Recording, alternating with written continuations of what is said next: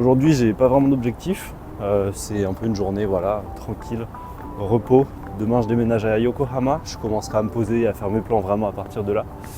Pour l'instant, voilà, je repasse sur un chemin où je suis déjà allé hier. Je vais revisiter un sanctuaire. Justement, j'avais pas vraiment l'envie de filmer, de prendre la caméra hier. Donc aujourd'hui, je suis motivé. C'est parti. Donc je me lance.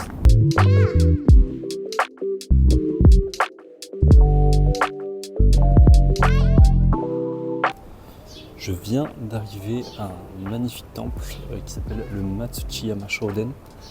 Et quand je l'avais vu hier, je me demandais pourquoi il y avait toutes ces images, enfin ces représentations du radis japonais, le daikon. Parce que bon, un radis dans un temple, pourquoi ? Et en fait, je me suis renseigné et ce radis, il est censé représenter un peu toute la pourriture. La pourriture de l'âme humaine et la haine qui peut naître en fait dans notre âme, et offrir du coup un radis à ce temple et faire une prière, ça libérerait votre âme, voilà, de toute cette colère, toute cette haine qui émane de votre être, car vous êtes vraiment démoniaque.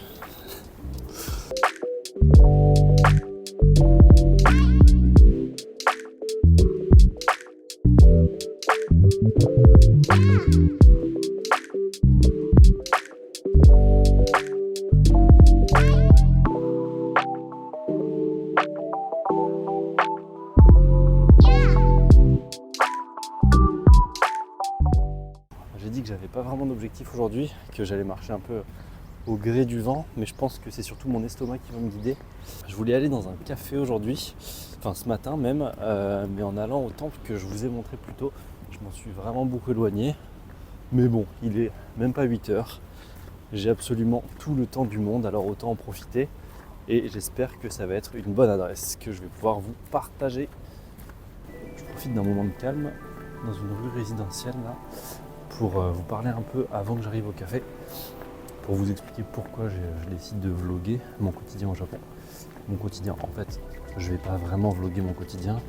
Là, je viens d'arriver, voilà. Donc, je montre le quartier où je suis, que même dans un quartier résidentiel, parce que c'est un quartier résidentiel, il y a plein de petites pépites, des temples cachés comme ça, des petits cafés, ce genre de choses, qu'il n'y a pas besoin d'aller dans les grands axes touristiques et d'être envahi de monde pour trouver les bonnes adresses. Voilà, là je suis encore à Tokyo, je vais sûrement faire quelques vlogs à Tokyo encore, mais demain je déménage à Yokohama, un lieu déjà un peu moins touristique. J'ai commencé à me renseigner, il y a plein de choses à voir, donc j'ai hâte de vous montrer tout ça. Et puis aussi je vais faire des vidéos où je serai seul, la majorité, d'autres où je serai accompagné d'amis, de gens, voilà. Dans tous les cas je filmerai tout. Et vous me suivrez au fil de mes rencontres, au fil de mes aventures, avec vraiment un seul mot d'ordre, ça va être sortir des sentiers battus et montrer ce que le Japon a à offrir au-delà des lieux les plus touristiques. Alors, c'est une première, hein, donc c'est normal, mais je viens de capter que les plans que j'ai fait avant et après le café, il n'y a pas de son, parce que j'ai tout simplement pas activé le micro. Voilà, donc c'est très bien. Je vais les refaire ici, tant pis. Donc le coffee shop où je me suis rendu, c'était une très bonne expérience. En plus il n'y avait personne, voilà, encore une fois. C'est clairement pas le coffee shop où vous allez prendre votre café tous les jours. Par contre, c'est donc un café de spécialité où la barista prend vraiment le temps de vous faire sentir tous les cafés qu'elle propose, et vous explique comment elle le prépare. C'est vraiment très bien fait, il y a le sens du détail et c'était très très très bon. Elle m'a fait sentir tous les cafés, j'ai choisi le blend maison. Je fais pas ça d'habitude, mais là, je me suis dit pourquoi pas, parce qu'en plus ils sont torréfacteurs. En fait, j'ai un peu discuté avec la barista. Elle m'a expliqué que le propriétaire des lieux, il a donc une torréfaction. Et voilà, ils font leur blend, etc. Donc c'était vraiment vraiment cool. Le vlog, c'est quand même un exercice très intéressant parce que j'ai l'impression de dire des conneries H24. Mais bon, j'espère que c'est pas le cas. Voilà, donc le café c'est bon, il est à peine 9h30 et bon, bah je sais Je sais pas vraiment quoi faire d'autre en fait. J'avais prévu d'aller à Akiba aujourd'hui, mais parce que le dimanche en fait Akihabara c'est piéton, donc c'est vraiment cool, vraiment agréable. Et puis il y a plein de cosplay, ce genre de choses. Mais avant d'y aller, vu qu'il est quand même assez tôt, je pense que je vais encore traîner un peu. Donc là, je suis, pour vous situer, je suis au nord-est de Tokyo. Et j'ai un quartier un peu plus loin qui s'appelle Arakawa, je crois. Pareil, où ça a l'air d'être un peu paumé. En fait, j'ai envie d'aller dans tous les lieux paumés, de voir ce qu'il y a. Je viens de presque me faire écraser par 2 vélos, c'est très bien. Voilà, donc je vais traîner du côté de Arakawa, si ça s'appelle bien comme ça. Et on va voir ce qui se passe.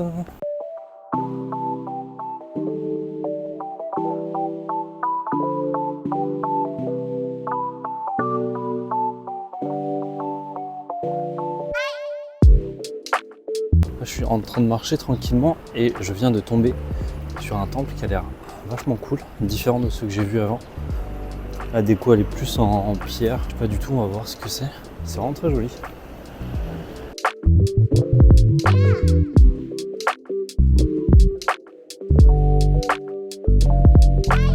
J'ai l'impression que je le dis depuis le début de la vidéo, mais vraiment, c'est encore une fois je trouve un temple où il n'y a personne, vraiment personne.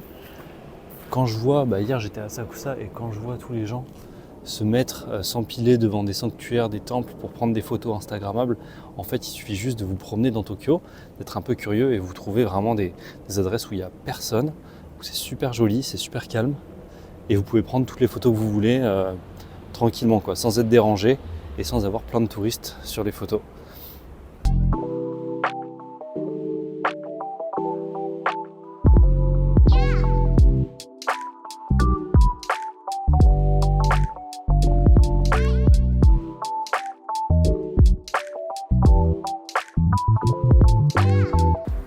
Donc je me suis un peu renseigné et en fait ce sanctuaire s'appelle le sanctuaire Shirahige et il sert à vénérer la divinité Jurojin, donc qui est une des divinités de la longévité apparemment. Alors ça me gêne un peu de tourner des vidéos là-dedans parce qu'il y a des gens qui viennent prier. Je crois que voilà, c'est quotidien pour les Japonais de venir prier, c'est vraiment une habitude voilà, d'aller au sanctuaire, surtout que là c'est le dimanche matin, le jour tout le monde se repose. Tout le monde va au sanctuaire prier, voilà. On reconnaît que c'est un lieu non touristique parce que justement il n'y a aucune écriture en anglais. Et pour comprendre de quoi, quel est ce sanctuaire, quelle est la divinité, etc. L'histoire en fait du lieu, c'est pas évident, il faut faire des recherches, mais c'est ça qui est intéressant aussi. Et surtout qui fait me dire, tu aurais dû un peu plus apprendre le japonais avant de partir, voilà. Mais ça c'est une autre histoire. J'ai presque l'impression d'être dans un jeu vidéo en fait. J'ai un objectif, c'est d'aller dans le quartier là, Arakawa, et à chaque fois je vois un point d'intérêt, j'y vais, c'est cool, je fais une petite quête, et puis je reviens sur ma route principale et je retourne dans mon objectif. Et à chaque fois c'est pareil, je me détourne de l'endroit où je veux aller, c'est drôle, c'est sympa. Je viens de me poser hop, comme un clochard là, sous un pont, c'est nickel. Je parlais de jeux vidéo, justement là il faut que je recharge mes petites batteries. Je m'étais dit non, mais je vais pas aller au combini, ce genre de choses pendant mon voyage. Tout le monde le fait, tout le monde a déjà vu ça sur Insta.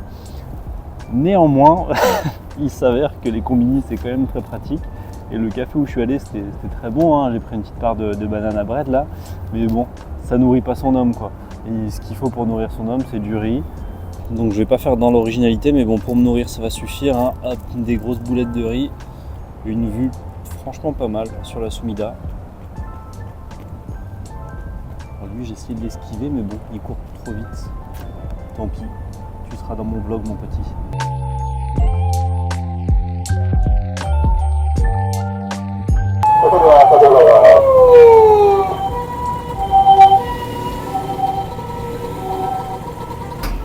Ça y est, après avoir traversé ce pont dont je ne connais pas le nom d'ailleurs, honte à moi, je suis enfin arrivé au quartier de Arakawa qui était mon objectif. Et voici deux énormes boules vertes qui en fait sont un centre de recyclage. Voilà, c'est pour ça que ça pue dans le quartier. Et encore une fois, j'arrive quelque part, je vois un super sanctuaire. Lui, c'est le sanctuaire donc, du pont qui a été fondé en 724. Et comment je le sais? Tout simplement Voilà, parce que c'est noté. Où que je sois, il y a cette tour. Elle est là, c'est mon repère. Donc là, je vais visiter ce sanctuaire qu'on peut apercevoir. Voilà, où que je vais, il y a un sanctuaire. Où que j'aille, j'ai un objectif secondaire. Allez, c'est parti. Je sais pas si, voilà, c'est sûrement parce que je suis un touriste, hein, mais dès que je passe devant un sanctuaire, je me dis c'est quand même magnifique. Waouh. Ça a de la gueule, quoi. Oh putain. Je crois qu'ici on peut manger des dangos. Alors si c'est le cas, c'est le feu de Dieu. Très bonne nouvelle, je vais pouvoir manger des dangos juste ici. Mitarashi dango, c'est quelque chose qui me donne très très envie depuis longtemps. Et ça fait, j'ai dû en manger qu'une fois en fait, c'est super bon. Par contre ça ouvre à 11h30. Donc à 11h30, je pourrais y aller me casser le bide.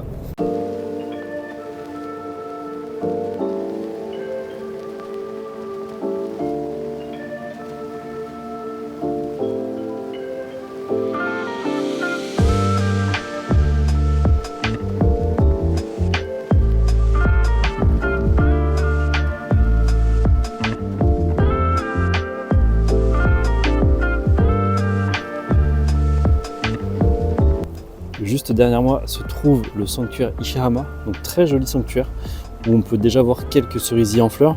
Il y en a de deux couleurs différentes d'ailleurs, ce que je pensais être un prunier, apparemment c'est un cerisier. J'ai vraiment hâte que ce soit la saison, ça va être magnifique. Comme vous pouvez le voir sur ma montre magique, il est 11h48. 11h48, c'est l'heure des dangos, donc let's go. Ça y est, j'ai commandé mes dangos, mais en fait c'est aussi un restaurant, donc j'ai commandé aussi de la bouffe pour ce midi. Et si je fais ce plan, c'est surtout pour vous montrer le Shiba. Le Shiba en arrière-plan. Je sais pas si j'arriverai à zoomer au montage, mais c'est vraiment hilarant. Le couple en fait est en train de manger le Shiba et regarder leur bouffe tellement intensément. C'était...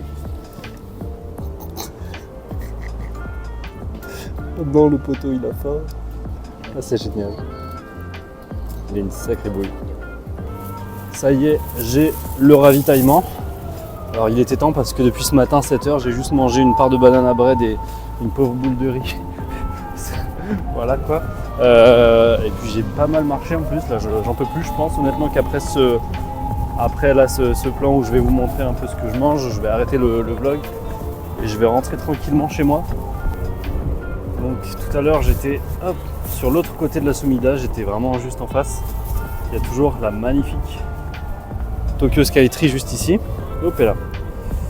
Et je vais me poser sur ces jolies tables, enfin jolies, non, juste sur ces tables qui ressemblent vachement d'ailleurs aux tables Animal Crossing en pierre, c'est très drôle. Ouais, mais c'est vraiment la même table que dans Animal Crossing avec les tabourets en pierre, nickel. Quand je disais que j'étais dans un jeu vidéo, malgré le ciel bleu qui est revenu, le vent commence à bien se lever là, en plus je suis au bord de l'eau, j'allais dire en bord de mer, mais non, pas du tout. Et par contre, quand je vais vous dire le prix de ce que je vais manger là, c'est hallucinant. Ça bat absolument toute concurrence. J'ai donc du riz, poulet frit, ça je sais pas ce que c'est, de la mayo sûrement, alors ça j'en ai aucune idée, sûrement je sais pas, de l'œuf avec des morceaux de viande. 3,50€, voilà, nickel. Et les dangos, je sais plus, mais c'est un peu moins quoi. Donc bon, alors oui, le yen en ce moment est très bas, enfin le coût du yen est très bas par rapport à l'euro, mais c'est vraiment, voilà quoi, c'est vraiment pas cher. D'ailleurs, je parlais de ça hier avec l'agent immobilier qui m'a fait visiter l'appartement où je vais déménager demain. C'est qu'en fait, beaucoup de Japonais ne se font pas à manger, ou en tout cas mangent énormément dehors. Moi, je pensais pas. Je pensais que quand même sur un an, ici, j'allais me faire à manger de temps en temps. Mais en fait, elle m'a dit que ça valait presque pas le coup.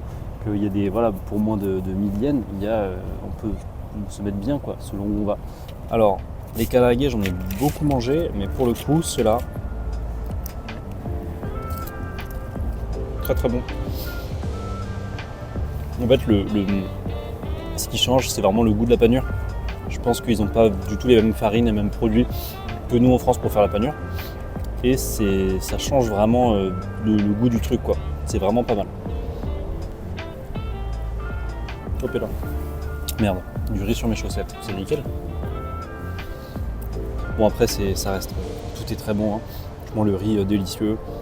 Le poulet, bah voilà. Alors ce truc à l'œuf là, enfin je sais même pas si c'est de l'œuf. Je sais pas ce que c'est.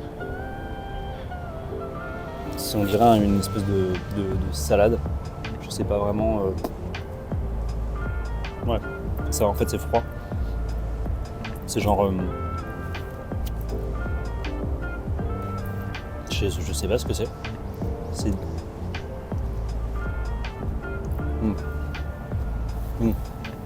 C'est des espèces de légumes émincés et mélangés avec une sauce assez douce, assez crémeuse.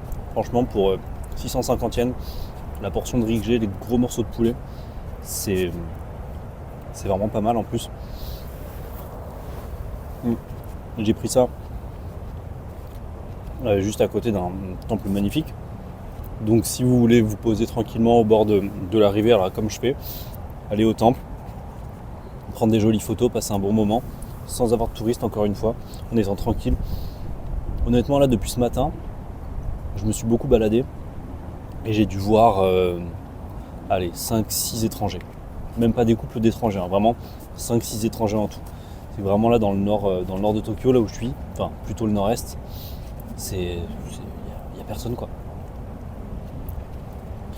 Ok, maintenant que j'ai bien mangé, c'était très très bon, enfin très très bon. Faut que j'arrête avec les très très. Non, c'était bon. C'est bon, ça passe. C'est pas très très bon. Il y a d'autres choses très très bonnes au Japon, ça c'était juste bon. Mais pour le prix, franchement, voilà, c'était excellent. Ça y est, j'ai bien mangé. Maintenant, je vais pouvoir passer au moment que j'attends le plus, à savoir la dégustation. Hop, voilà, des dango. Donc je mange et après je vous dis ce que c'est.